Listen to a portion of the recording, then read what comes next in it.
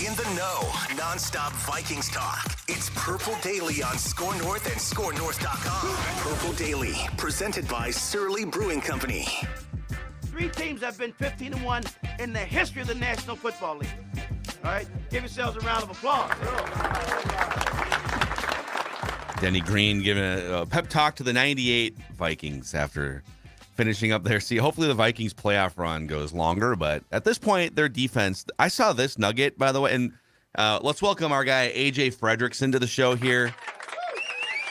He is flying the plane as our producer, as Declan took a... We're glad to have you. You'll be involved in our Vikings picks here. AJ does a ton of great work behind the scenes for us at Score North and 1500 ESPN and Score North social media. Declan turned 30 yesterday, went to Manny's. I don't even know if they cooked his steak, Judd. I saw it blink a couple times. You're muted, by the way. And I saw a couple empty cocktails. So taking Friday off in advance was a wise move for our guy Dex. So I am and have always been throughout the course of my life a medium rare guy. Okay. So I'm not saying that I am above a little bit of meat that people are like, yeah, I don't know about that. But that thing, by my standards, was, I think I texted Dex. Did that thing blink? But before you actually consumed it, it was unbelievable. When you cut into your steak and you see a pulsing artery still, stop. That's a little Although too it's rare. not as gross as the Royce line. The Royce line yesterday takes the cake from Stel Masick, though. Is Declan a big rare guy for steaks? Wipe its ass and throw it on my plate. Declan's a big rare steak guy. Yeah. Oh my gosh. Big rare steak guy. I'll find the picture and send it out. I'll zoom in on the steak and I'll send it out on social media and we can ask people. I'll put it out on Twitter. Happy birthday. Oh my God, I'm still talking. So gross. All right, this is Purple Daily Vikings entertainment. We just want the Vikings to win a dang Super Bowl before we die. And the show is presented in part by our friends at TCL. Redefine creativity with the TCL 30V 5G smartphone. Enjoy blazing fast 5G speed, an AI-powered 50-megapixel triple camera system. Football. Ultra-realistic, true-to-life visuals powered by Next Vision and booming sound from the dual speakers. Learn more at TCL.com. Also, going to guess there's probably going to be some Surly's consumed this weekend because you get that Saturday game and then the rest of your weekend is kind of free for Red Zone. So I'm guessing Zolgad might get into a couple Surly's. That's exactly right. And let's see what I got here. Oh, look, it just happens to be right by me. A Logic Bomb. Why? Because this is one of the great beers, one of my absolute favorites from our friends at Surly Brewing. But Phil's right. Don't forget. So it's a Saturday game. So the liquor store run tonight, be prepared because you got the Saturday Vikings game and then you got the Red Zone and a Wild game on Sunday. So yes, Logic Bomb, Furious, and of course for the Saturday noon kickoff, Before I Die. You know what? Surly has you covered, and when you do sip on those Surlys, send us a picture. Show us your cans at Score North, at Jay Zolgad on Twitter. All right, let's. So it's kind of a different Friday episode because they play on a Saturday. Ordinarily, we would do a full episode of Feedback Friday and then do the Purple Picks on Saturday for you guys. We're going to kind of blend the two together here, and then Ventline obviously will be the Saturday episode. Let's start the first half of the episode. Let's do our Purple Picks. Okay. And then the second half, we'll do some Feedback Friday. So I'm going to ask you guys, and this is AJ's going to jump in here for the first time all year and make his pick. But let's start with this question, Judd. On a scale of 1 to 10, how big is this game for the Vikings? Okay, so if they win the Lions game and it goes normal, I'd probably put this. It's still important because all games are, but I'd probably put this sucker at like a 6, right? The Colts aren't that good. You would be at this point 11-2. The division is wrapped up. It would sort of be a game where you would think that you were going to win, but could take, I would say, a deep breath. Unfortunately, however, that's not the case. Coming off the game that the Vikings are and going against a Colts offense that scoring wise is absolutely pathetic. This is a game where if you don't play well defensively, I would say the temperature is going to go from an 8 to a 10. So I'm actually going to put a 9 on this game because if you don't win this game or if you defensively sieve out again, there is going to be in the metropolitan area, if not the entire state, a full-fledged panic. So I think this is a very high level game as far as importance based on the heat's on Ed. And it's important too, because the heat is on Ed, but Kevin O'Connell is sticking by Ed, which also is a vote of confidence that I think a lot of folks like myself are like, you really want to do that? And I get that it's tough to change things, but anyway, yeah, I'm going to put this at like a 9 because this game suddenly becomes incredibly important. If you lose, if the Lions win, sphincters are going to start to tighten very much so. Yeah. All right, AJ, you're a huge Vikings fan. You've been riding this roller coaster this year. Scale of 1 to 10, how big is this game? I think it's massive, just because you had a chance to lock up the division very early, and maybe not as early as we thought after how good of a start this team had, but it's a game against the Lions. And I was talking with Jason Stormer and Artis Woods last week, and I have been reiterating, it's the Lions. They're going to win. Not the case. The Lions are a brand new team. They're a brand new franchise, mainly in part to Dan Campbell and kind of the culture that they've swung on. They're a fun team to watch now. So to bounce back, and it is a shortened week in a sense because you do have that Saturday game. You have a team that you have to beat.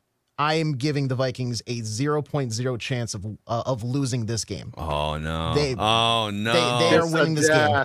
No. Oh, my God. It's the Mafia to death. They're winning this game. It's it might be closer than we think. I think it's going to be like a 10-point win or something like that, but we'll get into that maybe in a little bit. But they're the biggest thing that I'm concerned about is Jonathan Taylor, because right now that O-line the D-line is a little beat up. They are run ragged. It's been we haven't seen like that healthy pass rush of Zadarius Smith in weeks now. It seems like Danielle Hunter and him just haven't been what they started off the season as kind of like that power combo. They've had some decent fill-in performances, but it's Jonathan Taylor. They're going to run the ball, and he's going to run them ragged. I do think the passing defense, that aspect probably bounces back and limits the old and crippled Matt Ryan. But I'm concerned about the run game of the Colts. So I think it's like an 8. I don't know if I would go 9 because again they're dormy right now. If this is a golf match play, like they would have to lose every hole, and then the Lions would have to win every hole. Although there was, I think it was like 2008 or maybe 9. It was the Broncos and was it the Broncos and Chargers? And it was the same situation. One of the teams was 8-4, and the other team was 4-8. And the 4-8 team won all 4 games in December, and the 8-4 team lost all 4 games and the tiebreaker. And so it has happened before to lose a division. It will not happen in this case. The Vikings they've been great at bouncing back, but you have to bounce back. And your defense has to. This is a great get-right game for your defense. So, like I told you a few weeks ago, Judd, there is no game left on their schedule that will be below like a 7 or an 8 for importance at this point, unless they clinch. Everything is clinched. The seeding is good for that Week 18 game on the road. Yep. So it's an 8 for me. I'll give you one more sort of preview question, then we'll get to the actual picks here, because this is interesting. Is anyone playing or coaching for their job this week? If the Vikings come out and don't play well defensively, which I should preface this by saying I do expect them to make some adjustments and play well. But if they don't, I mean, there's going to be some serious pressure internally and externally to at least finally take the play calling from O'Connell. And here's why I am not completely confident. From O'Connell? Oh, I'm sorry. For O'Connell to take it from Donatel. I'm sorry. Oh, wow, you're stripping him of the play calling, dude. No. But here's why I am a little bit hesitant to like make assurances that this is going to go perfectly. You know, if Ed Donatel at the podium, in this case, I think it was on Wednesday, is a reflection of how he really thinks and feels, it runs contradictory to what O'Connell has been saying. And so, like, if Ed really thinks that the scheme works and it's all fine and that, you know, we just need to do this and that, that's very much goes against how Kevin O'Connell coaches and thinks. So, yeah, I think to a certain degree, we have to leave the door open against a bad offensive team that if the Vikings fail defensively again, you can't just assure me that Ed Donatel is safe, or certainly his ability to call defensive play. So it sounds surprising with 4 games left, but I think it has to be at least the topic has to be broached. If my math is right, the Colts on the road this season are averaging 12 points a game offensively. They've been shut out once at Jacksonville, and they scored 3 points at New England. Now, New England's a really good defense. This offense is, well, I don't care if Matt Ryan is quarterbacking or if it's somebody else, like it is an anemic, awful offense. So you're playing a home game. You've had a bunch of come to Jesus meetings this week. I think Ed Donatel should be coaching for at least his play calling duties. Like there should be, right. I would argue that there probably should have been some sort of massive shift this week. It's not like, oh my God, we had one crisis against the Lions and now we have to figure it out. It's like, no, you literally have allowed 400 plus yards the last month and a half. You're averaging giving up over 400 yards. So he should this has to be a great defensive performance, or at least one of the better defensive performances of the year. The circumstances are all sitting right in front of you. And if it's not, then I don't know if he gets fired on Monday or if they just like give Mike Pettin some more power. But this is a huge, huge pivot point for Ed Donatel, I would think.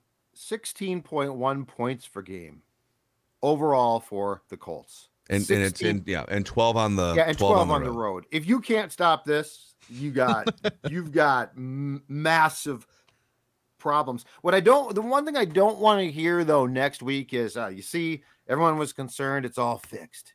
Like the bare minimum here should be to play really well. Don't brag about that. Just go out and play well, and then show me the next game and the next game. So, like, don't shut down the Colts and point fingers and say, we all believed in Easy Ed. You guys didn't. This team stinks offensively. It's a get-right opportunity, but then don't pound your chest about how you played great. You should play great against the Colts at home defensively. One more nugget for you guys, and then we'll get into the picks here. So I'm just going to go through a list of the best yards per play defenses in the NFL. The Vikings have played almost all of them. So the Eagles are number 1. So Vikings have played them. The Jets are number 2. Cowboys. The Niners, after last night, are right there tied with the Cowboys. But so they haven't played the Niners yet. But they played the other 3 teams. The Patriots, yes, they've played them. The Broncos, no. The Colts, they're about to play. The Saints are 8th, tied with the Bills. And then the Buccaneers. So the Vikings, after tomorrow, are going to have played, is it 7 of the top 10 points, yards per play defenses in the league so far this year.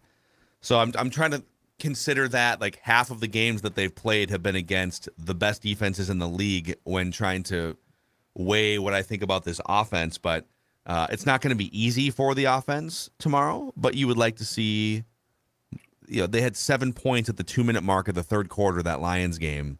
Something that's happened all too often where they just disappear. Let's jump out, keep some sort of momentum going for the course of the game, and win a game decisively. So, all right, let's get to right.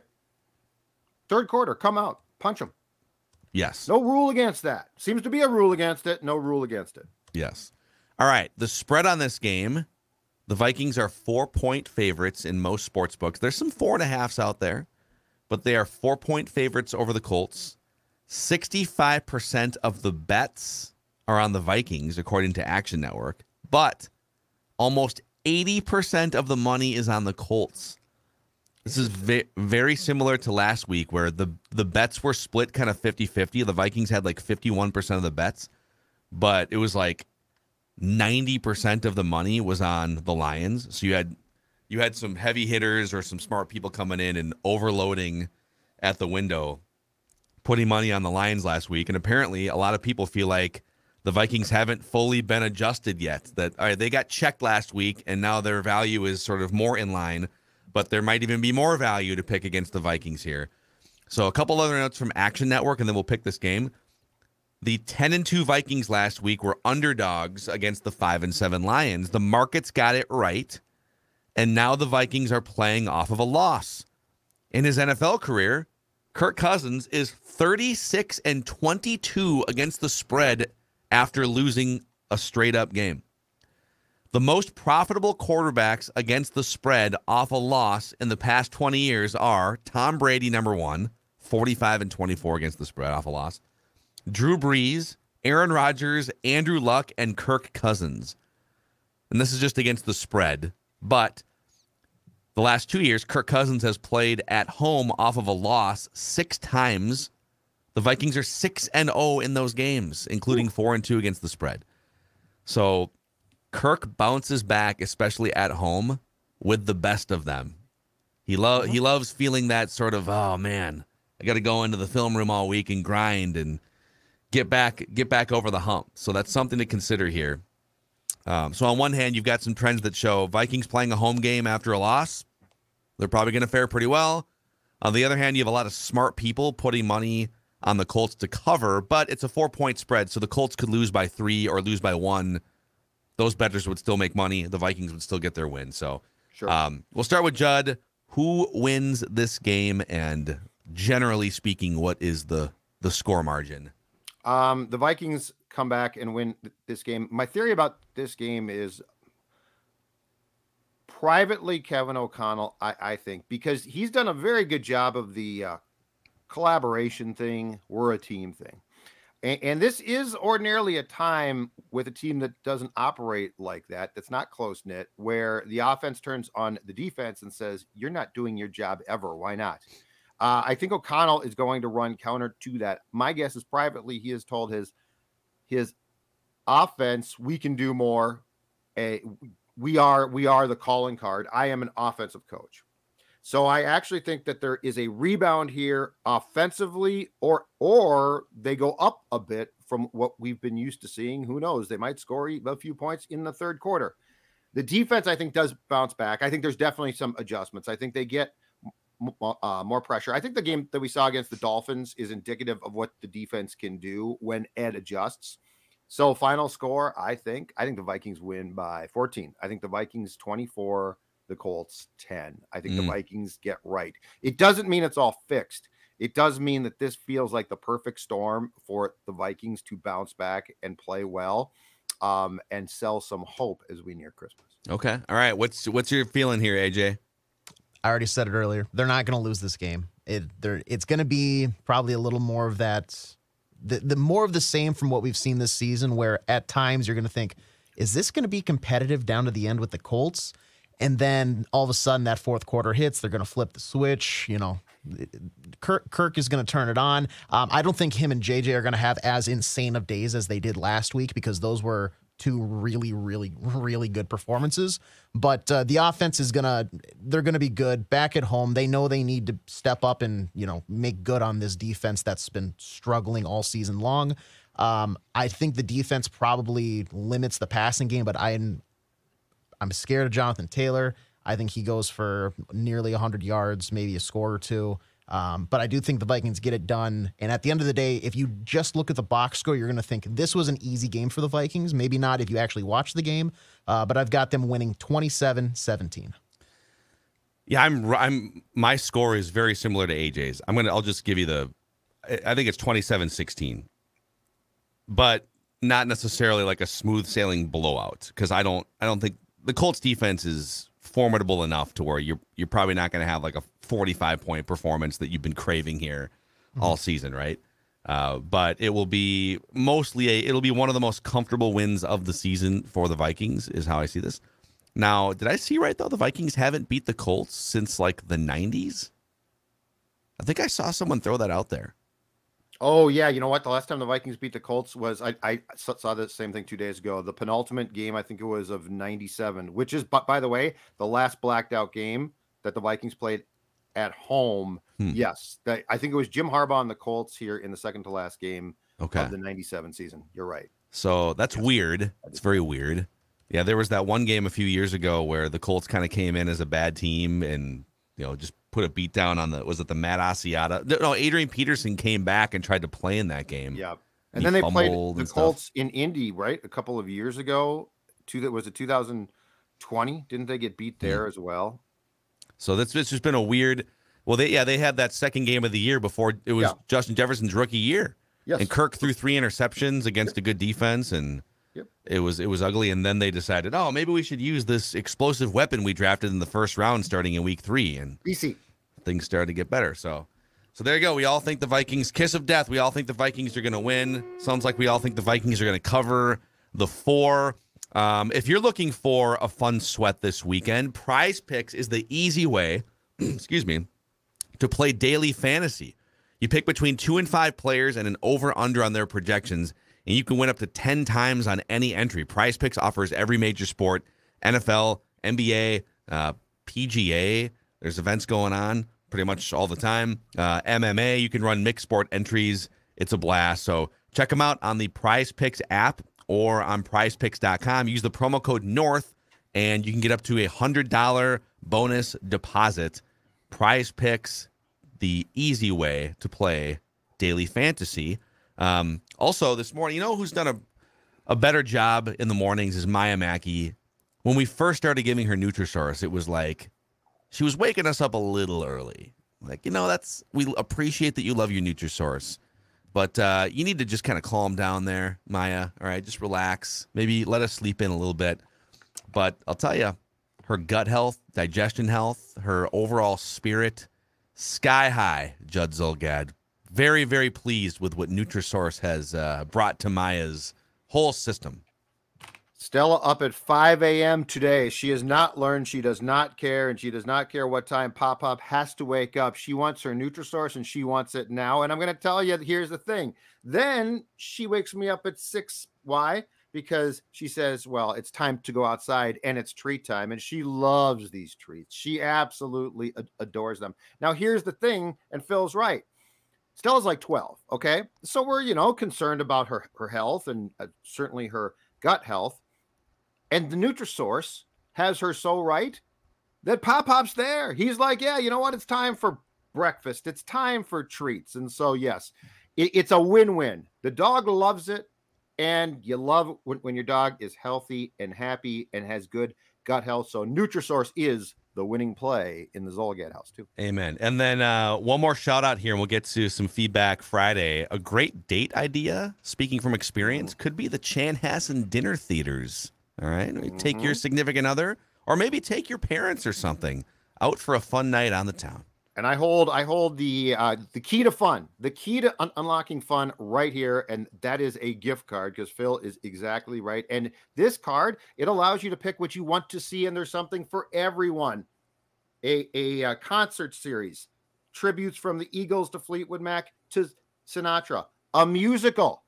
Do you like Footloose? Because I know I am a Footloose guy. Yes. Jersey Boys, The Prom, or last but not least, the comedy improv show with Stevie Ray's is a blast as well. And that is only the start of the date, because you're also going to get a delicious meal that can include a great steak, prime rib, or that famous chicken chan. It's this simple. Stocking stuffer, gift, 952-934-1525, or go to chanhassendt.com. That's chanhassendt.com, or go there in person.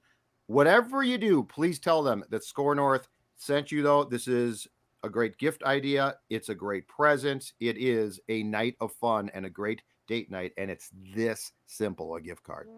All right. It's time for some Feedback Friday here on Purple Daily, where we take, this will be a more of an abbreviated version because we're kind of cramming 2 shows into one here, but we love to hear from you guys every single week.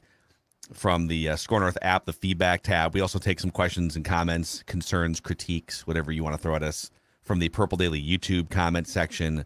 KBR67 says, I used to hate your show. It was too long and negative, but I kept coming back for more. Now I think it's the best Vikings platform ever. You rip players that need to be destroyed and are positive on players that are kicking some ass. Keep it up, guys. Thank you. Wow. KBR 67. Our persistence. That's what it was. It's like the girl who's like, won't go out on a date with you. She ignores you, and you are persistent and nice. And eventually, not creepy. Says, you know what? Exactly. Not creepy, not a stalker. And eventually she says, I'm going to give this guy a chance. Yeah, I think I've heard this, I guess it would be life cycle, this sort of like Purple Daily life cycle before, where This happened a lot, I think, when we took over like 2.5 years ago doing this show on a daily basis. It used to be kind of a rotating cast, and then Matthew Collar was doing it for like 9 months, and then we started doing it on a daily basis, and people were asking like, "Why are you guys are kind of negative?" And our response was, "Well, yeah, we hold. You guys even like the Vikings, right?" We heard everything. It said, maybe we should explain why we are quote unquote. I don't think we're negative. I think we are sort of. I guess we try to be truth tellers, and maybe you disagree with our opinions sometimes, and that's the beauty of this, that we have strong opinions, and we're not always just going to paint a rosy picture of a franchise that for a while there hadn't been above 500 in like 900 days. This season's been much more fun and much more. It is kind of funny though. People are like, I love your show this season. That's in part because the Vikings are better, and we are speaking more positive about a good Vikings team. So I urge you, if they take a nosedive at some point, we will be critical because they will deserve it. Don't get astonished or startled by potential criticisms. That's kind of how we are. That's how we've been doing a radio show. You and I have been doing shows, podcasts, radio, YouTube for like 9 years together. And we pride ourselves on just trying to be honest with the fan base. So I think people are surprised that we adjust our opinions based on circumstances. Like, I think they thought, well, if the Vikings get good, you're still going to hate Kirk or kill them. It's like, no, if they get good and sports is built on what? Hopeful change. Yeah. So like I think people thought that we were going to dump on this team at 10-2 or 10-3. And the fact is, you know what? For the most part, this past week's been challenging, but the season's been a lot of fun. And so, it's just, you can't always be Pollyanna, and you shouldn't always be negative about the team. It's the circumstances. Sports. Yeah, there's a couple Kirk Cousins questions in here that kind of go along with that, so we'll get to those. Connor Strunk says, "Hey, it's the Purple Daily Director of Advertising for Sherburne County here. Hello, fellow Purple Daily Leadership Cabinet member." Great county. It is a great county. That's Sherburne County. Good old that like St. Cloud area. Oh, good St. bars, Cloud. AJ. St. Cloud State. Oh, I know all about those bars. Great bars. I know you do. You and they actually have plaques of AJ's picture up inside some of those bars. He says, "I had an interesting debate that I hope makes it to the show. Obviously, with the defense struggling, it had me wondering if I could grab one player from the 2009 Vikings and put them on this team, who would it be?" Oh, goodness gracious. Now, Connor, those players are like 42 years old now, so you got to be... Connor, props. This is a great question. I'm assuming he means in their current state in 2009, right? Yes. I love this question. And let's say it's so many options. And let's say it's with the current offensive and defensive schemes too. Mm-hmm. So Jared Allen's a no-go because he's not a 3-4 fit at all. I'm just pulling up a roster here. Oh my! Let me just give you. I'll give you some options. Yeah, give you some options. Yeah. Let's go. Antoine Winfield, slot cornerback. That'd be big. Yeah. That'd be one of my biggest ones. Tackling, line of scrimmage, sniffing out run plays. Boy, yeah.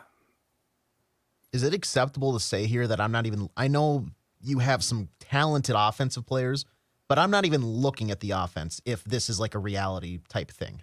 First name that came to mind for me was not Favre. It was Sidney Rice, but Favre made Rice, and I don't know because like ideally I'd like to plug in the best receiver off that team as the 2 on this team behind Jefferson, but I could tell if Sidney Rice was for real or if that was a 1-year just unbelievable blip. He did stretch the field. I'm with AJ that the defensive options are going to be like Pat or Kevin Williams on the interior would probably be the answer. I thought of Kevin. Yeah. But on the offensive side, you do have to consider that version of Kirk. Kirk has been largely great in the fourth quarters here, but in terms of just like overall quarterback play, that version of Brett Favre would be an upgrade over this version of Kirk. So he would be.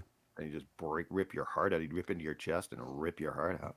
But the Winfield one is a good one, Phil. Yeah, this team is 10-3 with this version of Kirk. They're going to get to the playoffs. Yes. And so, fortifying the defense is probably now. Could you go this direction? If you're going to fortify offense, could you take Steve Hutchinson, put him at left guard, and then just take all your other random dudes? Put maybe Ezra Cleveland. Go back to he played right guard a couple years ago, right? That's where he started for the Vikings. All right, Ezra, you're going back to right guard, but now Steve freaking Hutchinson is our left guard. Yeah.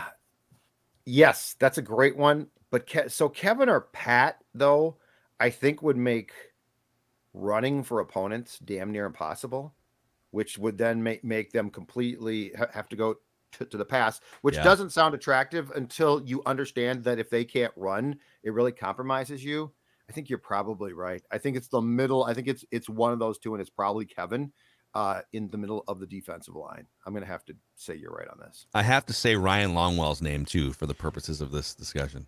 I was looking at that right now. He led the league in extra points made that season in 09. AJ, your job is to tell us there is no kicking problem, okay? That's in your contract. No. As the executive producer of this show has it in his contract to argue in favor of Greg Joseph.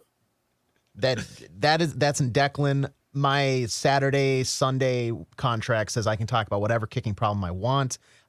There is a debacle there. So for the sake of like impact, I don't think you can go Longwell, but I was on that same path of I just wanted to see how efficient he was, and most extra points made that season. In fairness to Greg Joseph, the extra point was a much closer point blank distance in 2009 than it is now, but still, stop missing extra points. I like that. I'd like to see people's answers in the YouTube comment section, so definitely throw them in there.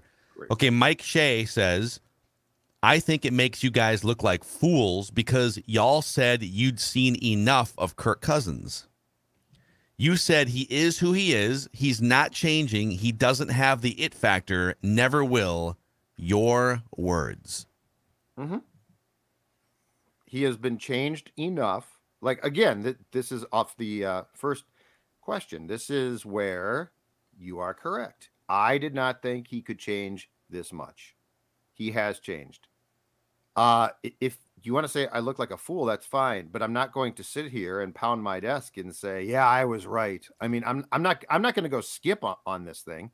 So Kirk has made. Do I think Kirk is perfect? Absolutely not. Do I think that Kevin O'Connell has gotten through to Kirk more than I thought possible? Yes. And good for both of those guys. So if you think it makes me look like a fool, that's cool. I think it sounds more foolish, though, to stand my ground and say, well, he's changed a bit, but still, he's played well. Here's the reality. And I would say a few things about this. Number one, where he has improved the most and where he has proven me and probably you the most wrong is his ability to rise up in the fourth quarter, take hits, hang in there. Like there's just a new level of toughness and guile that we've seen in the fourth quarter this season.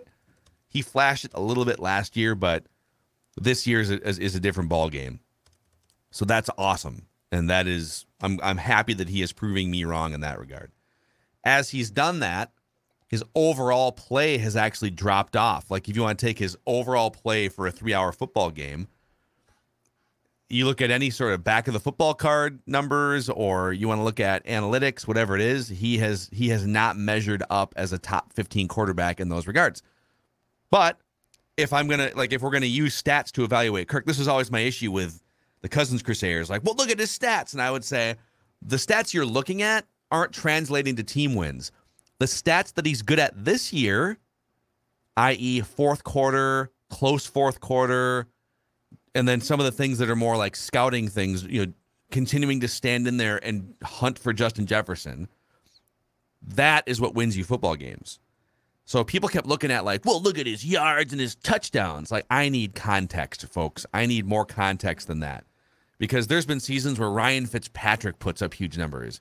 Ryan Fitzpatrick never played in the playoff game. And it wasn't because he was unlucky for 20 years, So he has changed in some areas that we've been begging for, and that's awesome and cool. Maybe I was wrong. He has actually eroded in some areas that he used to be better at, which is like earlier in the game, putting up numbers and giving yourself some separation. And I would put on top of all of this that there's a lot still to be proven, because the most important months for proving yourself in the NFL are December, January, and February. And he deserves a chance to let this story play out into the second half of December all of January and ideally February. But I wouldn't be doing like victory laps, tap dancing on the grave of people that dared criticize Cousins. The other thing, too, is like if you were in our camp and you were asking for multiple years for one of the highest paid quarterbacks in the league to give you the things that you deserve from those quarterbacks as a team, which is put the team on your back once in a while, elevate in the fourth quarter of close games, fourth quarter comebacks when your team needs you. Like the people that complained about the people that were mad about that, like what did you want then? You were just okay with 7 and 8 win seasons, and it's kind of weird. The Crusaders are Kirk fans. They're not fans of his team. So like if his team wins, great. If they don't, great. But where I will say that he has proven, I think, us wrong in a lot of ways is there were a lot of things I flat out said I don't think he can be changed, and he has been. I'll go back to the word I used a couple weeks back in talking about the KOC Kirk working relationship. He's been tricked up, and I didn't think he could be. They stuck a spoiler on him. They went in and they changed the revving of the engine. It's a V8 now or something. So, but you know what? At his advanced age, good for him. It's more fun to watch. I'll say that. It's a huge credit to Kevin O'Connell. I think sometimes there are certain Cousins Crusaders that unless you bow down at the altar of Kirk and deem him a Hall of Fame quarterback, a top 3 quarterback in the league right now, on the same level as Mahomes and Josh Allen and, you know, the old Tom Brady, like that, you aren't giving him his due credit. And I would say the truth lies somewhere in the gray area with Kirk. And no one on this show has ever called him garbage. He's never been garbage. So there are people the haters that take it too far. But there's a reason why no Kirk Cousins led team to this point at age 34 has ever made a meaningful playoff run. He has a chance to change that this year. And it's not all bad luck. It's not all the franchises he's played for. It's like, no, he has limitations, especially if you don't have enough money to make up for those limitations because he makes so much money. But this year feels different in a lot of ways. And this car is good enough. I'm not saying it's good enough to drive all the way to win a Super Bowl. They need to show some stuff on defense. But this car is one of the best cars you're going to find. Some weapons. You got, when your offensive line is back and healthy, you got one of the best left tackles in the NFL, one of the best right tackles. Like, no one's going to get a perfect car. Go drive the car, man. Go drive the car. It's funny that the Lions game, too, is sort of like an acid flashback to Kirk before 2022. Because huge numbers. When you look at the stats, it's like, oh, my God. Like, the Crusaders were probably over the moon. Like, you see, you guys, a set of stats are down. Now we put up big stats, but they lost. So it's funny because, like, that game, in a nutshell, is as crazy as this might sound, is probably the exact type of game O'Connell does not want. He doesn't want him to have to do that. He wants him to work within the confines of, solid stats, solid game. But like, if that's what Kirk does, it so often is the Crusaders are just like victory for us. And the Vikings fans are, but we lost the game. And the Crusaders like, well, we don't care. Wasn't my guy's fault. Exactly right. And it wasn't, but that's what it always is. It's no, like, but I'm just saying, that's why I will take the ordinary pedestrian stats and the wins. Yeah, and I want you to perform when it matters. Close, road, good opponents, and he's done a lot more of that this year, and that's the credit. Crom's Corner says, Kirk's contract is a great value. Do us all a favor and look at all the quarterbacks and how many wins over expected they contribute to. It's way easier for other teams, apparently, to find value drafting defense. Franchise quarterbacks don't exist where we have been picking in the draft. We'd be 6-7 without Kirk, I bet. What do you think? I want to start by saying, so again, Kirk is the 3rd highest paid player in the NFL to the salary cap. If that contract is of great value, and Mahomes is one of the other two, Tannehill is, I think, number 1. So if what you're saying is true, to me, then I guess the only bad value contract would be Ryan Tannehill. Like, I guess there's some players maybe below Kirk that you could say are garbage and making money. But I think that's where we have to draw a line. It's like his contract isn't great value. If he signed a longer-term deal, I would rather the Vikings do one of two things than this 1 year, 2 year even at age 34 through like 38. I either want him to sign a 5-year extension that gives them leeway over the next 3 years to like totally clear his cap money down to like the nub so they can add players, or don't bring him back. I don't want the gray area of he signs another 1-year extension and it's ironclad and it's the third highest cap hit. It's $40 million now. You know, that's the beauty of what Dallas and the Chiefs have done is here's a really long-term contract with these quarterbacks so we can then easily shift money from this year to 2 years from now, next year, right? Convert this to a signing bonus. Boom. That's the one thing the Vikings haven't been able to do is manipulate his cap so that it's $7 million this year. And now we can go get 3 defensive players that we wouldn't otherwise have been able to afford, you know? Yep. Or a guard. That's why, so that's a Kirk thing. Like, I'm sure the Vikings have gone to the dude with 7-year contracts and been like, let's push this here and push that. From the day that he signed in 2018, he and his camp have made it very clear we want fully guaranteed short-term contracts because we really get paid then. If you sign a 10-year contract, there's a lot of fake cash in that contract. It can be moved. So that's a Kirk thing. But I think this is, you know what? So the more thought I give this, I think this is going to clear itself up quickly. And here's why. Justin Jefferson is almost certainly going to be signed an extension at some point before training camp of next year. That, as we've talked about, Phil, that extension is going to kick in 2 years. He will go through the last year of his, the 4th year of his rookie contract. 5th year option will be expensive, but it certainly won't be what he's worth. Mm-hmm. And then in year 6 of his time here, he is going to have a contract that's going to be enormous. Kirk Cousins playing the games financially that he likes to play is either going to have to agree to a drastically different contract, because once Jefferson's being paid, you can't pay Kirk like you're paying Kirk. Mm-hmm. So at that point in time, this clears itself up completely. And I think it clears itself up for 2024 because 2023 Kirk's back. 2024 and 25 I think are void years, which means the contract's done. So if they go to Kirk for 2024 and say, okay, here's the contract. 1, it's going to be less. 2, it's going to be much more team friendly. If Kirk walks, he's gone. And that's not, I'm not being a jerk here. I'm just saying with what Jefferson's going to get paid, they're going to pick him. So that's where the rubber's going to meet the road as to how long and how much Kirk wants to play here starting in 2024, because there is going to be a new contract sheriff in town, and it's not going to be Kirk Cousins. Yeah. I think what's hard is like, because it's so easy to sit here the last 5 years and be like, you guys make way too big of a deal out of the contract. Look at some of the bad drafts they have had. And yes, that is true too. Like the 2021 and 2022 drafts are filled with what looks like it's way early on 22, but there might be a lot of whiffs in there, and that derails you for a period. But you have to build into your roster construction the fact that you're not going to get perfect drafts.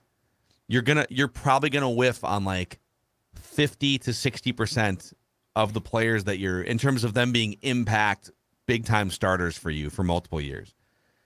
It's not realistic to say, all right, let's just go overpay for a non-elite quarterback and pay a running back all this money and pay non-premium positions like safety and linebacker, and then look over at the front office and be like, make it work, be perfect in the draft.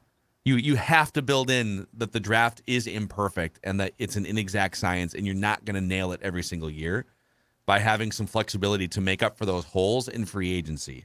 Mm-hmm. And the Vikings have kind of stuck themselves like the last few years. Inside linebacker, safety, running back, good but not great quarterback, all making like top of their position. Number 2 receiver that's not really a number 2 receiver, making number 1 receiver money. Yes. They've made it so it's very hard to absorb a non-perfect draft and still compete at a Super Bowl level. You also have to accept the fact that no matter how much you might like players, I think the most important thing is you now have to sit down and say, where are we going to put the value and where are we going to try to get by? Because you can't pay everybody. And positionally, like, look, now, okay, Eric Kendricks, God bless him, should not be making as much as he does. His position no longer calls, and I'm not saying that's not important. I'm saying it is, there are certain positions in football, right or wrong, that are basically the equivalent of first base in baseball, right? which is you've got to get by with some positions. Everyone can't be a star. Running back is one of them because those guys come and go quickly. And you can get 1 or 2 great years and then they're gone. Linebacker appears to be one. You got to pay your cornerbacks. You've got to get a pass rush. The quarterback, like you've got to pick and choose. And this team under Spielman did a really poor job at picking and choosing because they tried to reward guys. That's the thing that sucks about this sport. Rewarding players because you like them at the wrong positions is actually business malpractice. It's tough. Yeah, you're paying, like with running backs too, by the time they get to their like 4th, 5th year where they're about to get paid, if they came out of college after their junior year even, they're probably 25, 26, and now they're about to get a big like 3-4 year contract that carries them into age 28.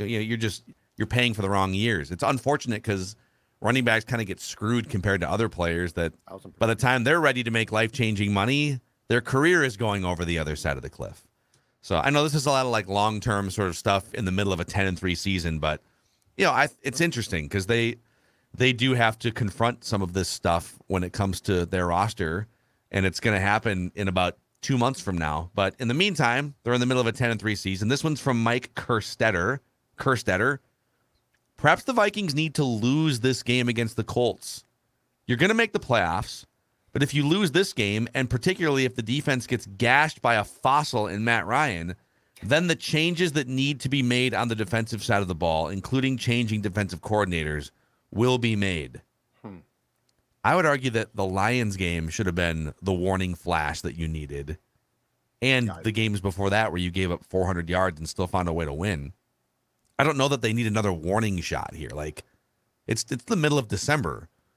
What more? Do you really need like another shot across the bow that shows you, oh, this defense is in trouble? It's the worst defense yardage-wise in the league right now. What more do you need? 5 consecutive games of 400-plus yards. Pull the alarm, baby. Pull the alarm at that point. Like, I don't need more. No. And the thing, too, is to be realistic about this, okay? I'm not expecting this defense to come out on Sunday against the Colts and be the 85 Bears. But what I am expecting and what I have not seen Ed do and what Donatel said at his press conference on Wednesday that concerns me is his justification of how this works. Okay, maybe it does with the right people, but you clearly don't have the right people. And like there are a lot of metrics all over the place that basically scream the Vikings should play more man, that they need to get more pass rush, that they and like these are not debatable metrics. They're out there for you. And when you say, but my system works, kid, like if he's going into KOC's office and say, sit down, young man, I'm Ed Donatel, longtime coordinator, and my system works. Okay, that's great if you had the right people, but Ed, you don't, and you know that. So what I'm looking for, and it's very, very simple, starting on Saturday, adapting. Just adapt a bit, dude. Just be adaptable. I'm not expecting you to be a miracle man. I am expecting you to put people in a position to succeed. The most important thing you can do if you run any company. So here's one of the things you kind of mentioned, like there's a lot of metrics and analytics or things, or just the eye test that would show they should be doing some different things on defense. So Brett Coleman has a big film study YouTube channel. He's just at Brett Coleman, Kollmann on Twitter. It's the Film Room on YouTube. And he tweeted this morning, or actually this was yesterday. Every defensive back in the Viking secondary not named Chandon Sullivan is 6 feet or taller, and yet they are 31st in the NFL in total snaps in press alignment. They don't play press defense. Also only call man 10% of the time. Can't recall ever seeing a defense refuse to lean into the skill set of their players like this. Yeah, he doesn't want to play man. Dude. He's convinced his system doesn't call for man, but his players basically do. Yeah. Brother. I'm growing more and more curious by the day. How long is Daniil going to hold his tongue on this? Well, now he's holding his neck. Well, yeah, that's true. But I guess he didn't talk to the press this week. He declined. Said he was fine. Yeah, but he declined to talk. I'm just saying, like, there's got to be guys. The Patrick Petersons of the world can't be playing in this system and saying, yeah, you know what? Damn good. Can they? They're no, smart that's the guys. thing. Daniil's a smart dude. And you got some guys in here too, like Patrick Peterson being one of them, and Za'Darius, who are outspoken enough. Wouldn't someone come in? Like Patrick Peterson has to be the one that says respectfully, hey, what are we doing here? Patrick did speak to the media this week and said something like, if you think we're satisfied with our 10-3 record with what's happening out there, you'd be sorely mistaken. So that's why I'm so curious to see how this game plays out. You've got the Mina Kimes rant. You got like Brett Coleman, who's respected in NFL circles, smart people on the national level that are clowning you, saying, what are you doing schematically? And Kevin O'Connell, I'm sure, spearheaded a couple come to Jesus meetings this week. So very excited to see what happens here. That's the feedback bag for the week here. Presented in part by our friends at Finch Home Solutions, here to help bumbling idiots like us fix things around the house. And guess what? The good news is it takes only one call to Finch Home Solutions to get any electrical issues in your home solved. Christmas lights on the fritz? Guess what? Finch. Need work done electrical to get that hot tub installed? Finch. Flickering lights? Finch. They can take care of all of the problems that basically even the DIYer can't do. And don't wait until something goes wrong. Finch offering a free home safety inspection to all of our listeners as well. Be sure to tell them that you heard about Finch on Score North, because there are special deals for those who watch or listen to Score North. Go to finchhomesolutions.com or call 612-357-2604.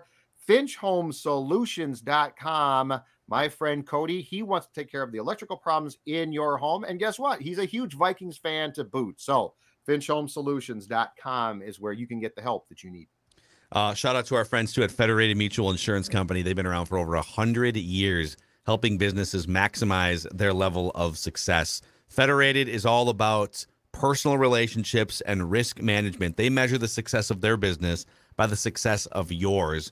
Find out what we have been talking about for years here. They've been supporting us, too, keeping our business moving forward. We appreciate them for that. Find out more at federatedinsurance.com, where it's our business to protect yours. All right.